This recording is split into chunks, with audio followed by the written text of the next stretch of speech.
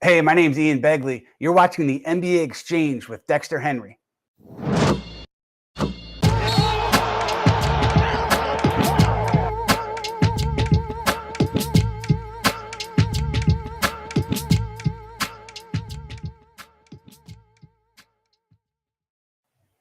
What's up, everybody? Happy Monday. Crazy week coming up. You know, the trade deadline is coming on Thursday, but we already had a trade on Sunday. Trades don't happen on Sunday. The Nets and Mavericks. Well, Friday was crazy because Kyrie Irving requested a trade from the Brooklyn Nets, and 2 days later, he's gone. He's in Dallas with the Mavericks. So, if you've been watching this show, you know when it comes to Mavericks basketball, you know who I talk to. It's the homie Lauren Gunn. Had to get her on the show. She is somebody always plugged in to Mavericks basketball, and so I had to have her here join the show. Lauren, what's up? How you doing? I'm good. I'm glad to be back. It's a little crazy that we're talking under these circumstances, especially after a Sunday afternoon or a Sunday trade, like you mentioned. Yeah. Things are crazy, but I'm glad that at least we have a trade to talk about here in Dallas. That's for sure. Yes, you do have a trade to talk about, and it's interesting because the last time you were on here and we talked about the fact our whole thing was about Luka needs a co-star, right? Like we were talking about that fact that needs a co-star. All right, so I want to start off this by looking at this trade, right? Because the Nets, they get Dorian Finney-Smith from the Mavericks, Spencer Dinwiddie back to Brooklyn, 2029 first-round pick, and then second-round picks in 2027 and 2029. And the Mavericks, they get Kyrie Irving and Markieff Morris. How do you evaluate this deal? And I get also to add to that, were you shocked by this deal? As somebody who wanted help for Luka, were you shocked by this? And what's your evaluation of this deal? I guess off the top, was I shocked? I mean, yeah, there's always a little bit of shock factor when there's a quote unquote blockbuster trade involving your team, for sure. I was also a little surprised that Dorian Finney-Smith was involved with it, along with the 2029 first round pick. But if you're Dallas, I mean, people continue to talk about the risk and the questions surrounding Kyrie Irving. And while they're all valid and I completely agree with them, I also am looking at this situation and was looking at this situation before, especially as this season kind of began and continued to progress. And it was clear how big of a step they had taken back.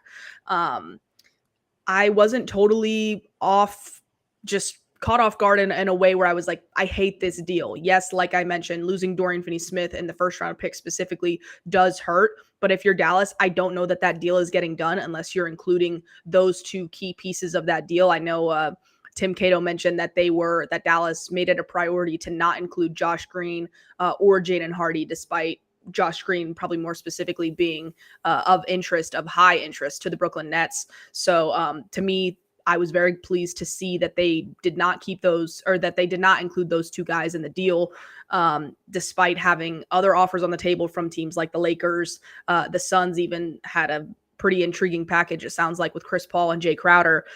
So for Dallas, I commend them for getting a deal done, because time and time again in Mavs, I guess, media, it just feels like they're continuing to sit back and deals are taking place, and Dallas cannot get a seat at the table. Even in free agency, that continues to seem to be the case.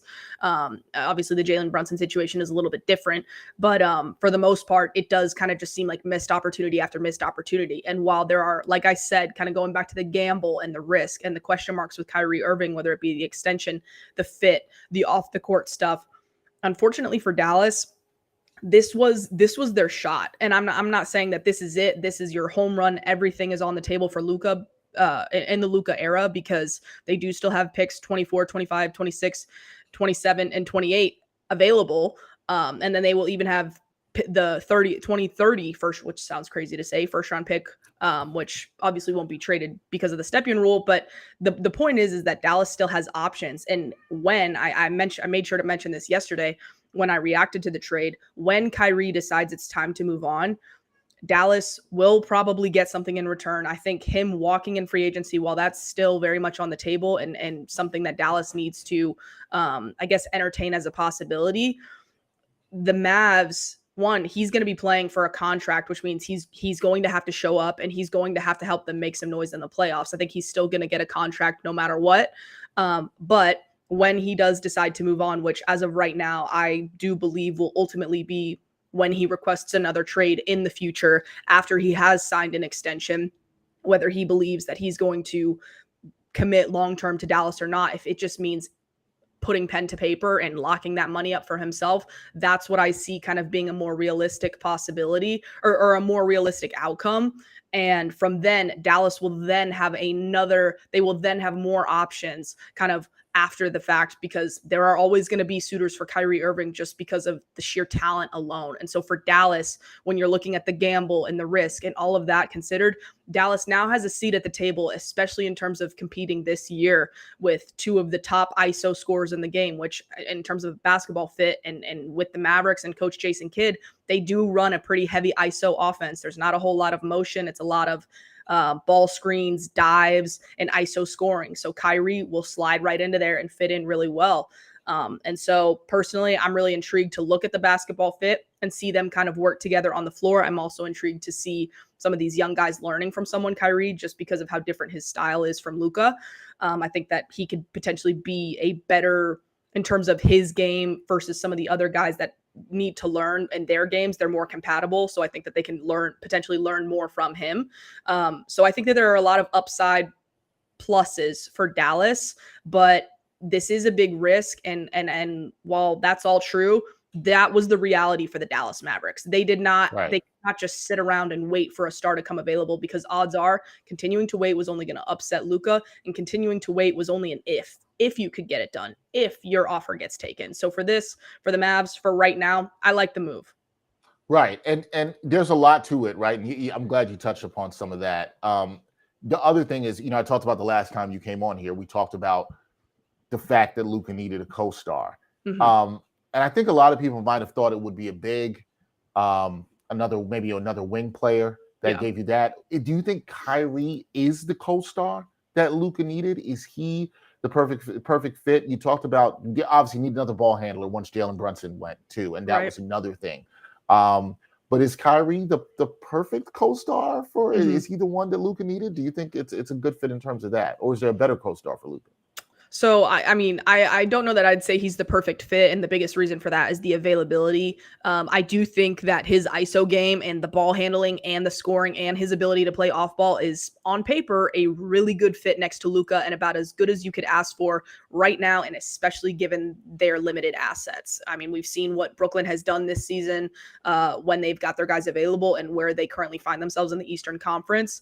The Mavs are kind of right in a similar spot in a similar spot in the Western Conference. It's a very tight race, but if they kind of get on a hot stretch here because of the offensive firepower of Kyrie Irving and Luka Doncic, Christian Wood's future in that, we can touch on that. I'm not sure where that necessarily fits, but those two side by side is going to be a really tough offensive duo to stop. So Dallas is going to have to figure out, and again, another thing that I think might need to get addressed here before February 9th is front court depth, defensive depth. Losing Dorian Finney-Smith obviously hurts, but when you have the offensive firepower of that duo to kind of to rely on night in and night out, and you can, well, that's the big question. Can you rely on it night in and night out? They will when they're both available. I think that's the biggest thing that makes this not the perfect co-star for Luka. But again, given Dallas's current situation and what their current options were looking now and even into the future, I think this is I believe that this is the best situation that they could have hoped for. Yeah, and you also kind of touch upon this, because there's no way to talk about this trade without talking about it, right? And I just saw somebody in the chat said, "Well, what about all the off the court stuff with Kyrie?" Right? Absolutely. And I think it's absolutely concerning. You haven't shied from that. Should Mavs fans, Mavericks Nation, should they be concerned about Kyrie's past? And when I look at it, somebody who's in Brooklyn, in New York City, and has watched this guy, the big thing is you look at him, you say he's not reliable. I don't know if he's going to show up. I don't know what his antics may be and how that might now disrupt the Mavericks. Is this something that Mavericks fans should be legitimately concerned about, Lauren? Without a doubt. With Kyrie, you always have to be concerned about the past, the present, and the future. And that is just a fact. We've seen it time and time again in different scenarios. It doesn't matter how much talent he's paired with, how good of a situation he's he finds himself in terms of being able to compete for a championship, you always have to be concerned with Kyrie. The thing that I'm looking at right now, especially from a Dallas perspective, is the fact that they know that making this move, whether Kyrie signs that extension or not, his priority right now is playing so he can ink that next contract. And if he waits until the summer, from my current understanding is that if he waits until this summer, he is eligible for a much more significant extension than the current 2 years, $83 million that I saw this morning in Tim Cato's article from The Athletic. So I think for Kyrie, his goal right now is going to be to show why he deserves the most amount of money that he can get guaranteed for himself moving forward.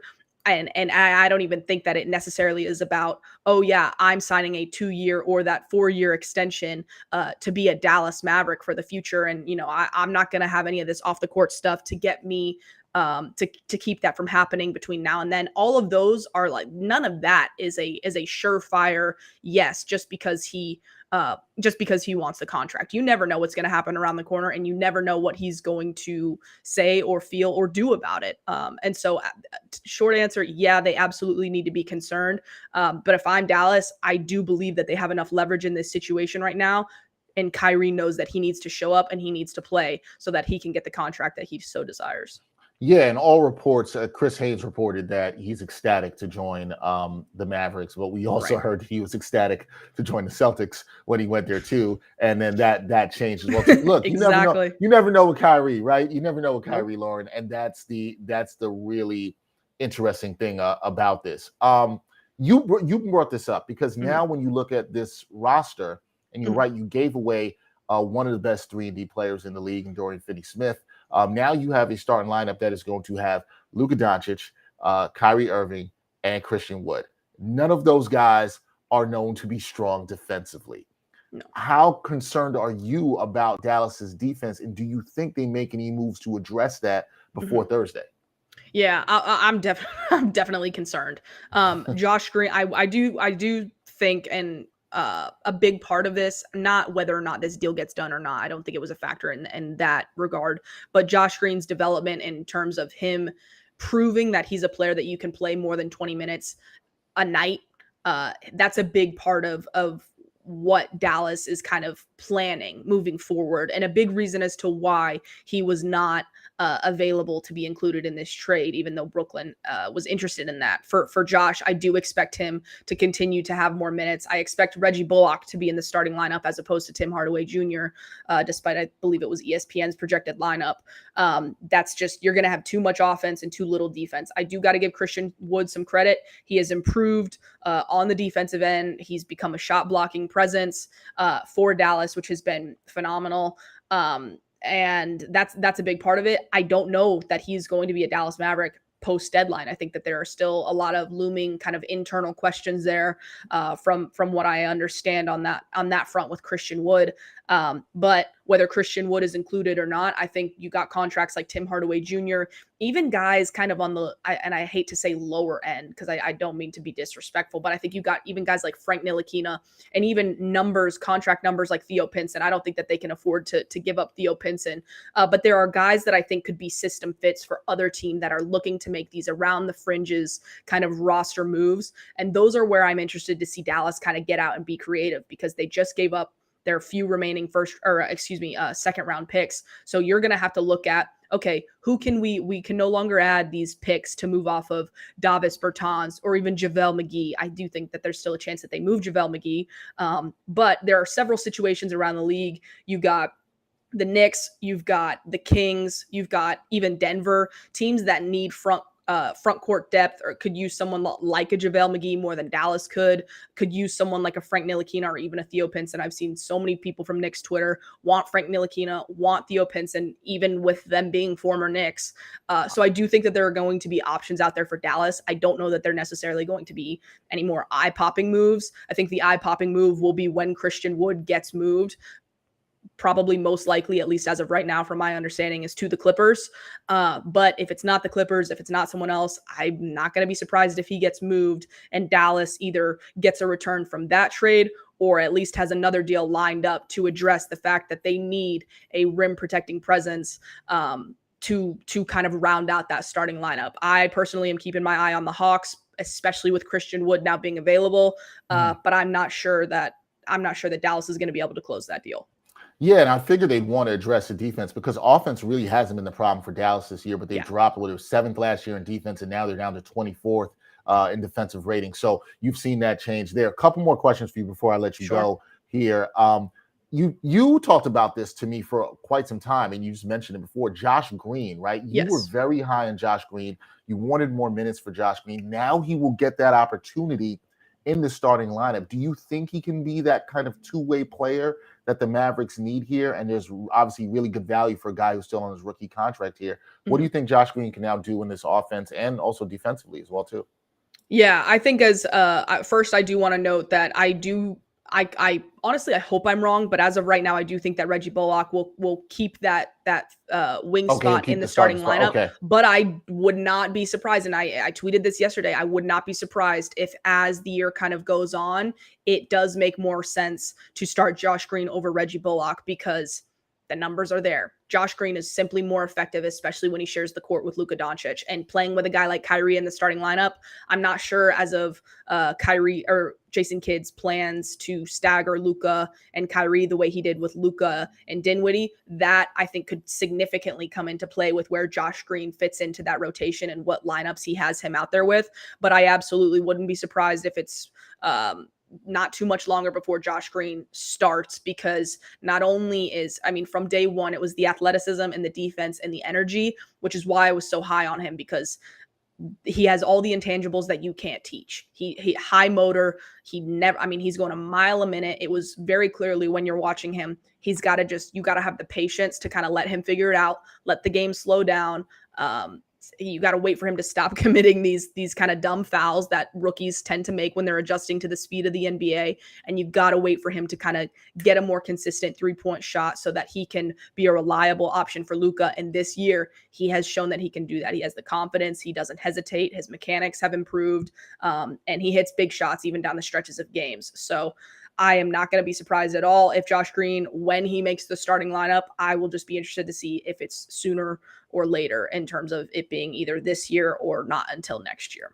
Yeah, it feels like the move that should be inevitable. One more thing for you, Lauren, and we had somebody in the chat who brought this up. Sure. Shout out to Avinash K. He said, does Cuban and Luka have the necessary gravitas to re-sign, to rein in Kyrie, when KD, his best friend, couldn't? How much faith do you have in that? And that sort of sets up the last thing I want to talk about here with you, which is take that part of what Avinash asked, and then also look at the fact that, do you think Kyrie is going to re-sign or extend in Dallas? Do you think that is actually going to happen?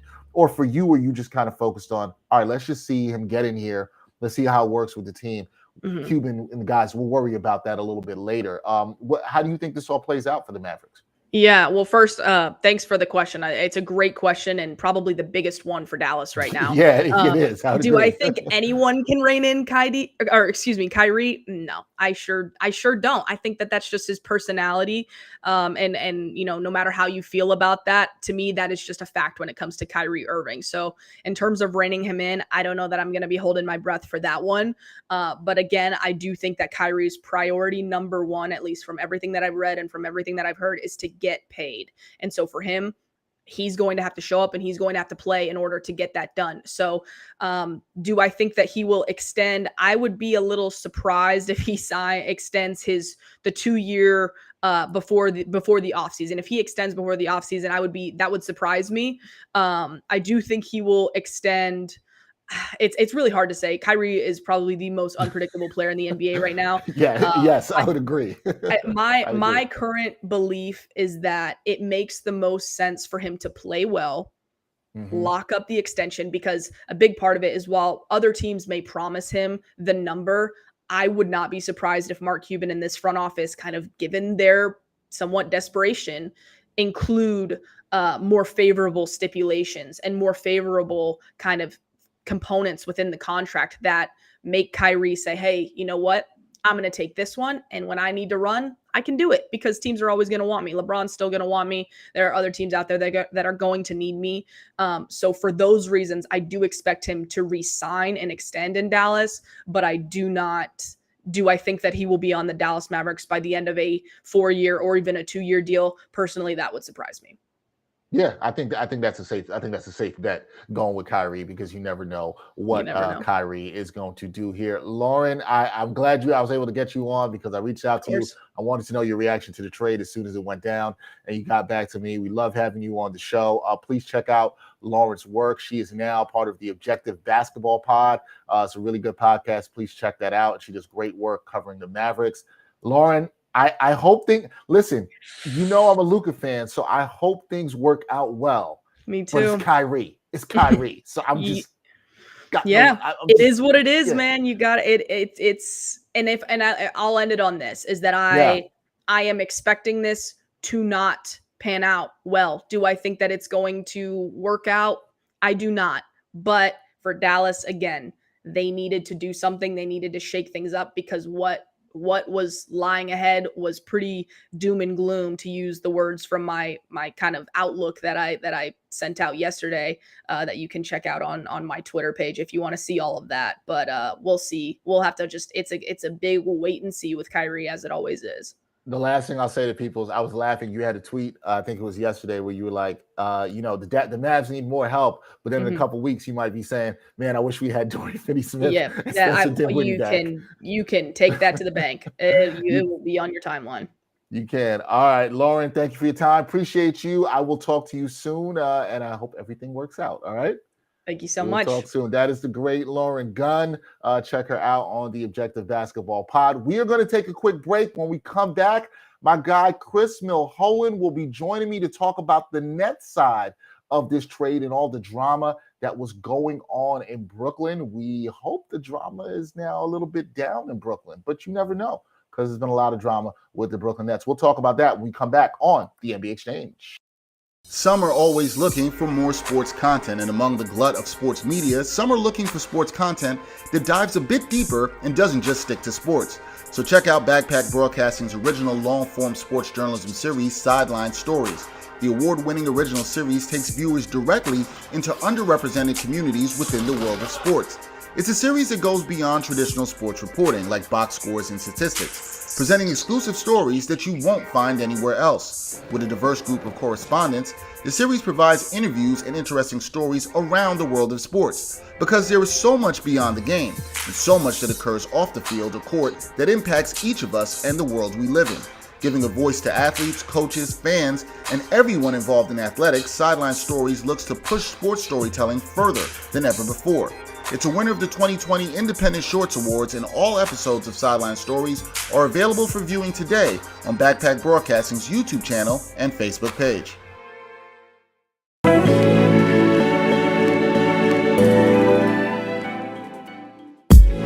The Sports Walk is back. Watch Season 4 of Backpack Broadcasting's original, award-winning web series that brings you the opinions of real sports fans in these streets, literally in these streets. The first 3 seasons and current season, with new episodes every Monday, are available now on the Backpack Broadcasting YouTube channel. Check out the 2017 NYC WebFest official selection and see what other sports fans have to say on the hottest issues in sports today. It's easy, y'all. Just take the Sports Walk.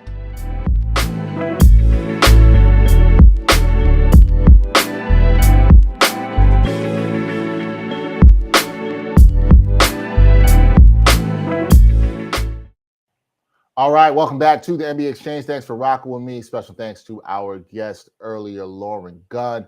Fantastic job by her talking about the Mavericks. But there are two sides to a trade, right? And a lot of the drama surrounded the Brooklyn Nets with this trade earlier. As I said, Friday, what a day. I was just a couple blocks away from the Barclays Center having some lunch, and then the news breaks out that Kyrie Irving had requested a trade. And who would have thought? 2 days later, he is gone from Brooklyn. It is a new era in Brooklyn. The KD-Kyrie era is over.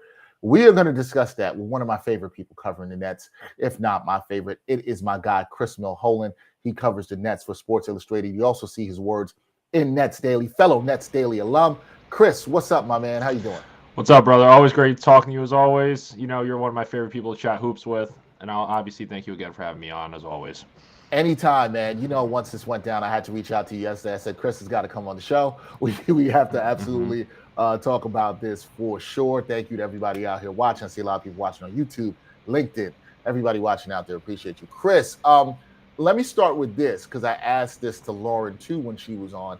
How shocked were you a Friday when you saw the trade request from Kyrie? And I feel like in a way, maybe we shouldn't have been that shocked because Kyrie's been doing Kyrie things while he was in Brooklyn. Were you shocked by this at all whatsoever? When I immediately saw the reports start coming out, the first thing I thought, like I think everyone else that kind of knows about the situation or the situation that was brewing at hand, was that the extension talks did not go well, right? I think that was kind of the first thing that everyone in the borough kind of acknowledged right away, right? Because obviously Kyrie was looking for a 4-year max. And according to the reports, a lot of the contract offer that was kind of just presented to him had a lot of stipulations to it. So obviously, you know, with Kyrie and you know how the Nets roll, and you could kind of, obviously it's not been reported what those stipulations were, but you could imagine it was probably heavily on the games played, all-star appearances. You had to imagine that maybe a championship was also thrown in there, considering the lack of kind of the expectations and unfulfilled expectations up until even this point before he got traded. So I wasn't really shocked by it. I was stunned that it happened at this time. But when you really look at it, it's a blessing in disguise because instead of Irving walking away in the offseason for nothing in the Nets' return, the Nets were able to get something back, which was a familiar face, a 3-and-D wing, and draft capital. Right, and we'll get into the haul with that too. But the trade coming 2 days after the trade request, right? Like, it's funny. I actually think that this was a good thing for the Nets that they got this done sooner rather than later, because the longer they waited into this, as we got to Thursday, everybody knew they had to trade him and they weren't going to get much in terms of that. Are you of that same mindset that you're sort of happier they got it done now, or the Nets, or the Nets, not you specifically, but the Nets should be happier that they got this out the way now instead of pushing it closer to February 9th? I'm exactly on the same page as you, right? Because especially considering what transpired on Saturday, right? That Wizards game was a big indication that the Nets were going to move quickly on this, right? Because Jack Vaughn told us pregame that Kyrie did not show up to the walkthrough, and he was at that time unaware whether Irving was going to be in attendance on the bench for the game, which he wasn't, right? So considering those two big things, you knew that the Nets were going to move fast on it because Jack Vaughn's been one of those coaches that's been very focused on just solely basketball. He's not a big fan of distractions like every other coach in the league. Obviously, it's surprising considering, you know, everything that's transpired in recent weeks. The Nets are doing well in Kevin Durant's absence, right? Everyone expected it to kind of be a spitting image of what happened last season when he got hurt. But you know, it's great that they got it done early. I didn't expect them at all to wait till Thursday at 5 o'clock to get a deal done. I think at this point, the Mavericks offer, I know a lot of people are not really, they're kind of 50-50 on the return, but I think it was a pretty good return considering what they had to give up on Kyrie, which at the end of the day was a disgruntled point guard. Obviously, a lot of teams know his contract situation, what he's looking for, because of the reports in Brooklyn. So yeah, I'm on the same page as you. I'm happy they got it done on Sunday. Yeah, I think it made a lot of basketball sense for me for them to get this done pretty quickly and not have this linger out, as you said. Now, you talked about the haul, right? And we could discuss whether or not they got a good haul for Kyrie. I think, like you said, getting a familiar face, a plug-and-play point guard in Spencer Dinwiddie, who we know has played here in Brooklyn before, getting Dorian Finney-Smith, getting the picks. Yes, somebody will say, oh, well, it's far out. It's 2029, and you got the 2 seconds in 2027 and 2029. But these are now assets that the Nets can play with. I think this is a pretty good haul. I don't know how much better you are going to get than this. What do you say to that, Chris? Yeah, you hit it right on the nail there, right? Because a lot of people, obviously, you know, sports fans, especially NBA fans, they think in the moment, right? Whether that's player grading, whether that's expectations, everything. That Mavs pick in 2029 is going to be valuable, especially since it's unprotected, right? Because when you look at Luka Doncic's extension that he just signed, that deal I believe is done in 2026. So, and considering obviously anything could happen with the Mavericks from now till then, but you know, say Luka Doncic is not on that team anymore, that pick becomes much more substantial. It gets much more improved. At the same time, when you really evaluate this haul, I'm very intrigued to see what this team does with Dorian Finney-Smith, right? Because now you look at how many wings that they have on this roster, and especially with Royce O'Neal, right? That's kind of coveted as a 3-and-D guy within the Nets rotation. So with Finney-Smith, I'm intrigued to see if the Nets flip him again after the trade becomes official, which I would imagine on Monday night it'll get official. But I'm intrigued to see what happens there. Obviously, they got now 3 total first-round picks and a boatload of seconds. And as you know better than anyone, you have guys like Joe Harris, Seth Curry, and really anyone at this stage after the Irving trade. That's everyone aside from Kevin's untouchable. You know what I mean? So we've got to see what happens. But Dorian Finney-Smith's definitely the one guy I'm really keeping a close eye on. Yeah, which tells you, we'll get into this a little bit more later, right? Like, do they still have moves to make? But you brought up something that I was talking with my colleague Brian Lewis yesterday, covers the Nets for the New York Post. When you look at all this that's happened, the big question now turns to, okay, where does this leave KD? And what does KD want out of this? Are you hearing anything about what KD wants? Is he still committed to staying in Brooklyn?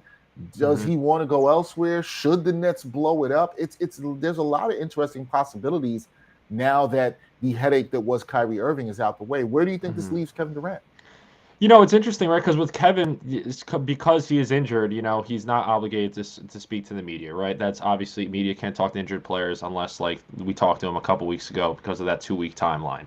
So Kevin, according to Vaughn on Friday, I'll lead with this. According to Vaughn on Friday, Kevin Durant update is supposed to come today. So we'll probably find that out pregame what his timetable is. Is he close to being cleared? I'd imagine that he gets cleared. The Nets have a total of 6 games, including tonight, till before the All-Star break. I'd imagine he'll probably play 2 or 3 of those, and then obviously the All-Star game, that's a different conversation whether he plays or not. But with Kevin, I think it's too early to tell. Obviously, when you have a guy like Kyrie Irving leave so abruptly, and especially a trade request, and obviously Kevin knows it was business. It was a long-term contract extension that obviously did not fail to get reached. But there was other things in there that were reported about principles, right? That Kyrie Irving's principles or the Nets' principles, they didn't see eye to eye with each other. So that's another thing in there. So when you really dive in and see what Kevin has, what his thinking is here, is do I think that he's going to get traded before the deadline? I don't see that happening. No, because I think the Nets are going to be very cautious with this. I've always said since after the Irving trade or after the Irving trade request, that the Nets would patiently wait till the offseason to see what happens, because at the end of the day, they would be able to get a greater return for Kevin. Because if they did trade Kevin, they would obviously target a lot of future assets, such as draft capital, which may be a lot of first-round picks, and a young ascending all-star, obviously a couple of rotation players, similar to the packages that you saw when his name was rumored around and before he rescinded his trade request. So, but if I'm Kevin, obviously I'm not pleased by this, especially the roster around him right now. That after the Irving trade, we all could agree the Nets fell the Eastern Conference's elites, right? So they can't really have an arms battle with really 1 through 4 down the Eastern Conference reign. They're outmatched at the big position, which they were when Kyrie was on this team. They still have that absence there. Now they lose a scoring punch, and like better than anyone, superstars lead championship pushes, right? And with having one superstar, whether his name is Kevin Durant, it could only get you so far. Can only get you so far. It's going to be really interesting to see what the next move. And so before we get to if they can make some more moves, because I definitely want to talk to you about that. This team is currently 4th in the Eastern Conference, right? Big win over Washington the other night without Kyrie playing. You saw a lot of the fortitude. Cam Thomas drops, over 40 points off the bench, 44 off the bench that we saw from Cam Thomas there. Can this team still compete for a championship? Because the mindset from some people will be like, hey, you still got KD on the roster, assuming he's still on the roster. Can the Nets still compete for a championship? And is that still their mindset and goal for the rest of the season? I would say mindset and goal for sure. I think inside the organization, they're not going to shy away from expectations here. Regardless, obviously, now that you don't have Kyrie Irving, those expectations have drastically lowered, in the public perception. And obviously the Nets guys know that, hey, we lost our 29 point per game scorer since in Kevin Durant's absence, right? So can they compete? No. At this time, no. So I think we all could kind of agree on that one. Because, you've heard names like Naz Reid, obviously, guys like Jared Vanderbilt, but you can imagine Utah want to package him and Malik Beasley for a bigger return there. It was one of those things that we all kind of had an idea where Brooklyn was going to go at this trade deadline, or at least into the buyout market. to get a lumbering big man. But now when you lose Kyrie Irving, you got 5 wings on the roster. You still have that vacant lumbering big man spot. And now, like, even though you bring back a familiar face in Spencer Dinwiddie, who is a starting caliber point guard, and obviously he had some size. The Nets, like, they're going back to their bigger guard ways now, like they did in the D'Angelo Russell era. But do I see them contending with this roster? I think at most they could probably get breezed, like kind of skimmed by a first round series. I don't think they get past the second round at all. All right, so it's a different vibe for the Nets. We're talking about when they had 2 stars, and you could go back to even when they had 3 stars. It'll be interesting. We kind of touched upon this. Do the Nets still have more moves to make before the trade deadline? What could we see? And if they were to make some moves, Chris, what would you like to see them do? Because I'm looking at, you mentioned Durant Finney-Smith, right? Possible asset if the trade doesn't become official by later today, could be flipped. You could see that. You wonder what the future is for Ben Simmons. You wonder even about a Royce O'Neal, Seth Curry, Joe Harris, all these guys we talked about. Do you think they make more moves, and what kind of moves do you think they would make if they do make some moves? Yeah, I think they definitely make a move. I think as it stands right now, I think at least they'll dip their fingers in a 3-team trade. I think that's probably where we're going to head a little. I think at this point you got to look at the roster makeup after that trade. Like I mentioned before, 5 wings. Obviously, the holes in this position. You look at a guy like Dorian Finney-Smith, for example. Like, he has 3 years left on his contract. It's a team-friendly deal. Teams covet 3-and-D wings nowadays. There's a lot of contending teams, or even teams like that are middle in the pack that would take on a guy like that, especially on the deal that he's on. So I would see him being a favorable guy. Obviously, you got to look at Seth Curry, for example. I doubt the Nets are going to extend him in the offseason. Obviously, in the NBA, as around this Nets team, expect the unexpected. He's another guy you got to look at. Joe Harris's name's been thrown around for two trade deadlines now, if not more. He's on a favorable deal. He's one of those sharp-shooting wings that a lot of contenders, maybe such as the Lakers, for example, that need shooting. He's a good plug-in guy that you could get probably for draft capital or a young player, right? So you got to really kind of just weigh the dice out. Naz Reid was my guy going in before the trade request. I really thought that the Nets were going to go for it because considering what Minnesota would want in return. But I if I had to give you 3 guys to keep an eye on, I think Dorian Finney-Smith is 1. I think Joe Harris is 2, and I think Seth Curry is number 3. I think that's how they're going to approach these final 3 days or 3 days less, of the NBA trade deadline. Yeah, and that's part of the importance too, Chris, about why they, with them getting the deal of getting Kyrie out of Brooklyn early allows them to have some time to now work on these deals and see what they can do. I too, like you, do not think the Nets will stand pat here. I think there'll be some, are they going to get another star in? Because there's rumors about that too. A Zach LaVine, you've heard thrown around. They want another starter pair, maybe a DeMar DeRozan. I think those things they will talk about. I'm not sure how likely those things are to go down, but we will see this. All right, last thing. You got to look at this era of KD and Kyrie in Brooklyn. 1 playoff series those guys won together. How do you evaluate the KD and Kyrie era in Brooklyn? And I asked Mike Vaccaro this the other day, where does this rank among teams in sports in New York City that had a lot of expectations and just didn't get it done? It's got to be up there, if not 1. I Dexter. You know how Twitter works. Someone's gonna throw some '80s team at me and say it's way worse. Like the '80s, '80s Mets or something. Yeah, even though exactly. They won a championship, right? You know what I mean. It's just gonna be some thing that gets thrown in there. But how I look at it is I look at it from the big 3 era standpoint more than just the Kevin Durant, Kyrie Irving era, right? Because that's really what gives you the full perspective, right? Because over the past 13 months, 3 superstars, all 3 of them have requested trade or had really requested trade demands in that time frame. Obviously, 2 have now been successful. 1 got rescinded and has a good possibility. I'm not going to say good, but there is a possibility that in the offseason that it comes back up again, right? Because Kevin Durant he's 34 now. Obviously he wants to win. He's made it public he wants to win. You look at his media day comments from earlier this year when he was talking about the trade request, why he made it. All those sentiments completely align with what's going on now in Brooklyn, right? So you always have to keep that open-minded.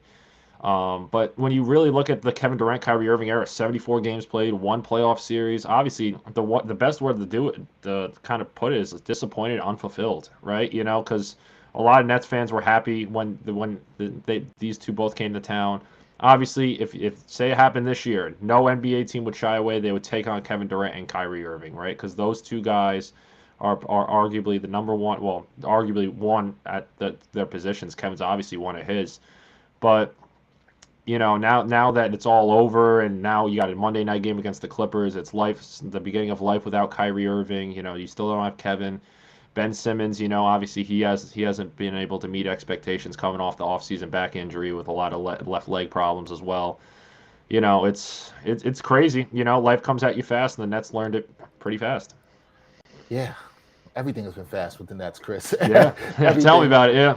Yeah, covering the team, a lot of change, a lot of it's been a roller coaster ride, and I might be being really nice there in terms of calling it a roller coaster ride. We will see where it goes next if they make any moves before the deadline on Thursday. Chris Milholen, he will have you covered on that. Chris, keep up the great work with Sports Illustrated, with Nets Daily. I appreciate you coming on to talk a little bit about it. And for your sake, I'm kind of glad you don't have to go to any more crazy press conferences and listen to answers from Kyrie. It probably makes the life better. we got one coming. Whenever the Dinwiddie one does happen, that'll be an interesting one. Obviously, that is you true. You were in Brooklyn. You were covering this team when Spence was around. You know the guy that he is. So I do. A very very great guy. Different vibe. Oh yeah. But yeah, man, we'll see what happens. Take it day by day. Like I said, life comes at you fast, and with this Nets, one thing that we both know is expect the unexpected. So we'll see what happens. Expect the unexpected. The only thing you can expect is Chris Milholen will do a great job covering the team. Thank you, Chris. I'll talk to you soon. Okay, man. Appreciate you as always, brother. If you need anything, let me know. Will do. Thank you. That is Chris Milholen of Sports Illustrated covering the Nets. He does such a great job with them. Thank you again, Chris. We're going to take a quick break. When we come back, we're going to wrap the show up with my best bets for Monday night. I got 3 games to talk to you guys about. I think I got some pretty good picks for tonight, and we will talk about that when we come back on the NBA Exchange. Are you looking for a better way to play player props or daily fantasy sports? Well, look no further than Prize Picks. Prize Picks is the leading over-under daily fantasy game. Why? Because it's so easy to use and win. You can make your picks in under 30 seconds and win up to 10 times your money in one day. Right now, we have a special offer for our viewers and listeners of the NBA Exchange. All you got to do is sign up now and use the promo code NBAEX. Prize Picks will match your first deposit up to $100. Yep, that's right. They'll match your first deposit up to $100. So, join the over 150,000 others who found a better way to play and download the Prize Picks app today.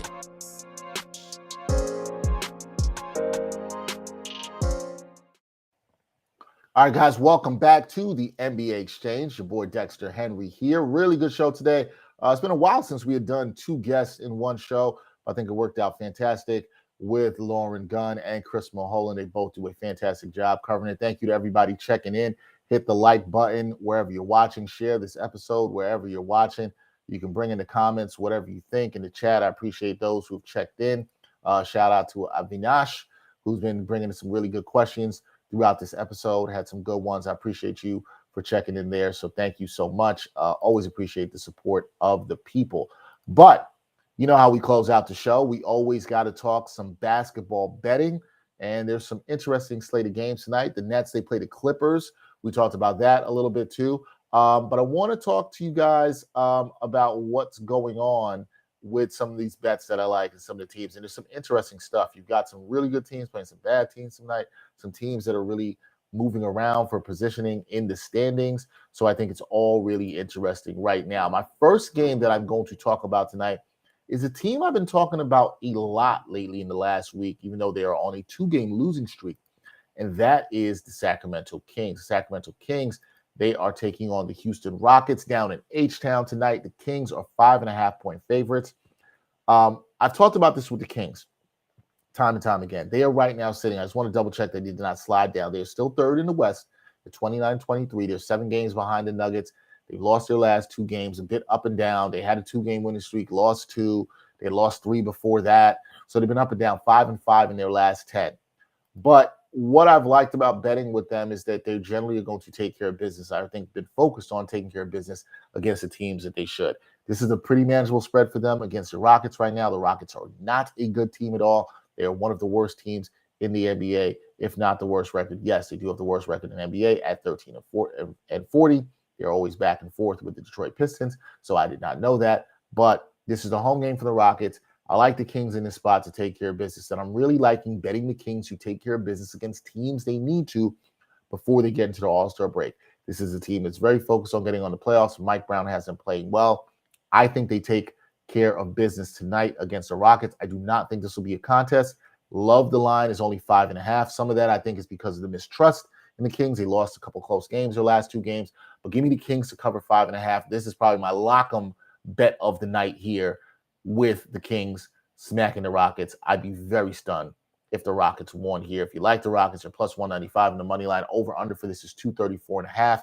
The fact that I could see this being a blowout, but the Rockets don't play any defense makes me want to probably go over, but I would stay away from the over-under in this one. Next up, Milwaukee Bucks. They are 4.5-point favorites. They are going to Portland to take on the Trailblazers. The Blazers plus 164 in that money line. Over-under for this is 239.5. Now, this is another team I like that's trending in the right direction. That is the Milwaukee Bucks. The Bucks have won 7 games in a row, 9-1 in their last 10. And Giannis has been on fire. He's averaging just under 40 points during this 7-game winning streak. The other day, he had his 3rd triple-double of the season. He's been balling out of control. The Bucks also, I think there's been a lot of questions about their offense. There's been a lot of questions about moves they need to make before the trade deadline. I still think they make a move. They're the favorites to land Jay Crowder to get him from the Suns. I think that'll help their offense a lot and in terms of some of their switchability on defense. But the way they're playing right now is really good. Now, they beat up on a lot of bad teams, but this is a game on the road that if they're playing and they're healthy, everybody's playing and Giannis is playing in this one, you got to take the Bucks. They're rolling right now. The Blazers can't stop a nosebleed, and the Bucks are just a way better defensive team. They're only getting 4.5 points here. You know, there's been some injury questions for the Bucks, but I like the Bucks here on the road against the Blazers to make it 8 in a row. They're another team I think is very focused on peaking at certain points in the year and playing good basketball right before the All-Star break. Don't overthink this one. Also a good spread.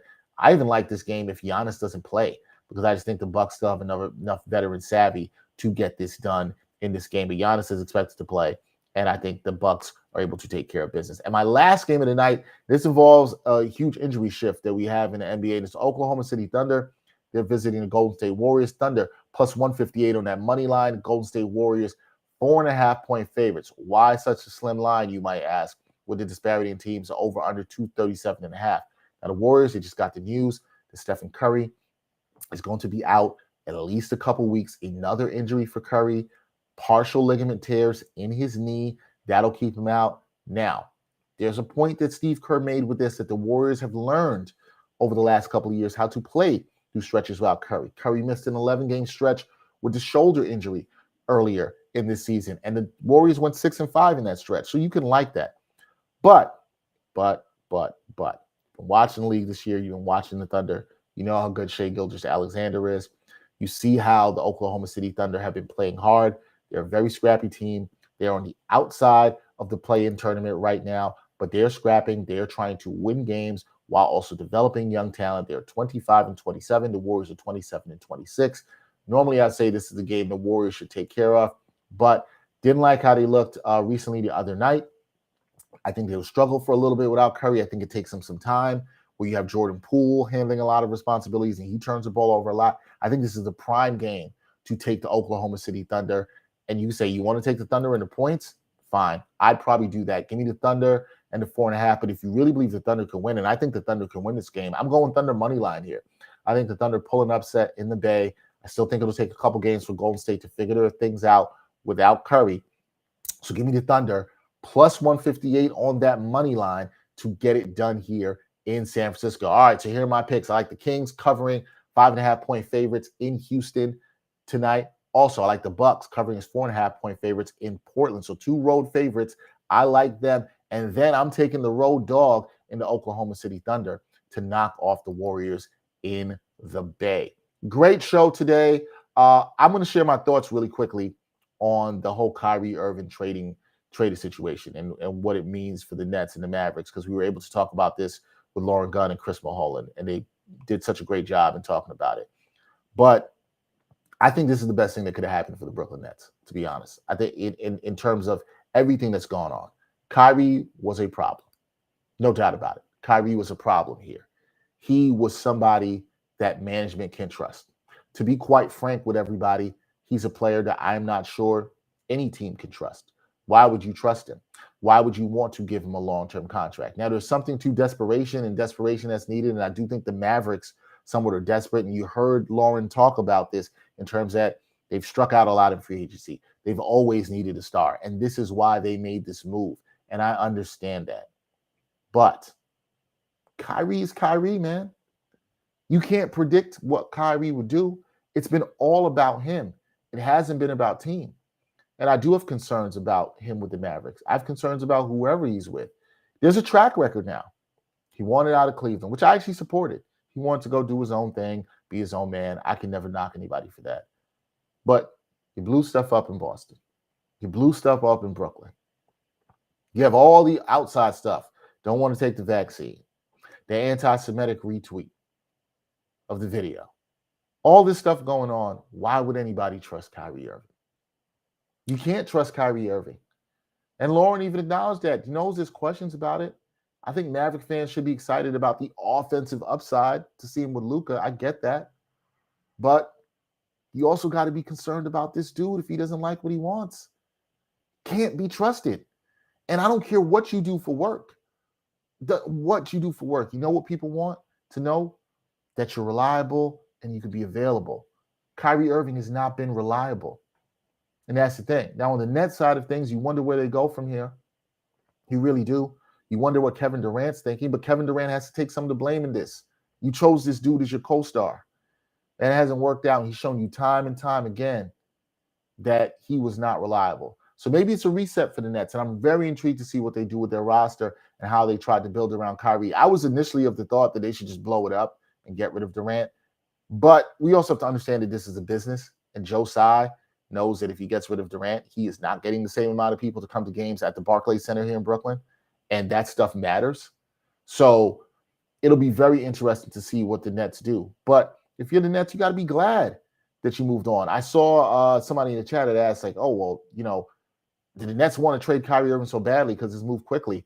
And I think part of the answer to that is yes, right? They knew this dude was a headache. It wasn't going to work out the contract. He didn't like what they were offering them in terms of stipulations of contracts and different incentives and all that sort of stuff. And I think that's the kind of contract you have to offer Kyrie Irving because he can't be trusted. But that's why the Nets were able to get this done so quickly. They didn't need the headache. There's been too much drama. Chris said it, talked about Jacques Vaughn, who's done a good job coaching his team this year. He wants no more drama around this. And the Nets have now freed themselves from this drama. And I think that's actually a good thing for them. I really do. Now, can they get back to championship contention? Can we acknowledge that Chris said that the Big Three era is a failure? Yeah, we can acknowledge that. It was a failure. The KD Kyrie Irving era was a failure. It's been full of dysfunction. But you know what? Sometimes you got to recognize when there's a sunk cost and just move on. And the Nets did that very quickly. I think it puts them up in a great space to see what they can do before the trade deadline on Thursday. We'll have a lot to talk about with the trade deadline on Thursday. Gerard Hector will be with me on Wednesday. We will talk, I'm sure, a lot about what else is going on. We'll talk some more about this trade. Maybe we see some more deals done before that. But there should be a flurry of activity in terms of that going on. We'll have you covered on the NBA Exchange. But look, if you're a Mavericks fan, you should be a little concerned. You can't be ever mad at your team going for it and swinging for the fences. That's what Mark Cuban and the guys down, Nico Harris and the guys in Dallas are doing. Can't be mad at them for that. But you also can't be mad at the Nets for saying, yo, peace, deuces. We're done with this. Too much baggage. And one thing to be learned here, guys, when we're talking about the NBA, because we forget sometimes this is a job, this is a business. Reliability matters. Accountability matters. Showing up. The people stuff matter. How you mix with teammates. There was no way Kyrie Irving could walk into that locker room back with the Nets after he had that trade request. There's no way, and didn't show up on Saturday. There's no way he could walk back in the locker room. No way. Now, I think it's fair for some dudes in the Dallas locker room, despite how talented it is, to look at him and say, are you going to be all in? Fair for them to question that too. The people stuff matters in team building. It matters in sports. This isn't just 2K or the trade machine where we're just moving people here and there. The personalities, everything around it, the culture of these teams. Gerard and I talk about this all the time. That stuff matters. And we'll see how it matters with the Mavericks going forward. We'll see if their culture is able to overcome. We'll see how happy Kyrie can be. We'll see what the Nets culture becomes after this. All this stuff is going to be interesting to watch. It's going to be a fantastic second half of the season. Also going to be interesting to see what team Kyrie represents in the All-Star game and how he gets drafted and who he's playing with and all this stuff. And if him and Kevin Durant play on the same team. All be interesting. All be interesting. But for now, there shouldn't be not as much drama in Brooklyn surrounding the Brooklyn Nets. Like I said, we will have a good couple shows this week. We have Gerard Hector on Wednesday. Hopefully we have a guest to break down the trade deadline acquisitions, deals that were or weren't on Friday. So a good show, tons of good basketball left to go. So many moves, so many possibilities. This league never stops, man. Basketball never stops, always going. Special thank you to my guests, Lauren Gunn and Chris Milholen. They did a great job breaking down this trade from both sides. Special thank you to everybody again, as I said, for checking in. So a lot of you checking in with the questions. Like, share this episode. If you missed previous part of this episode, it's archived on YouTube. It's archived everywhere, Facebook, if you're watching there. Also, the audio version will be out in a couple of hours. You can listen to that on all digital streaming platforms and check that out. So thank you to everybody for watching, listening, sharing, liking, supporting. Enjoy the basketball. Trade deadline is coming up. We'll see you Wednesday. Until next time, y'all. Peace.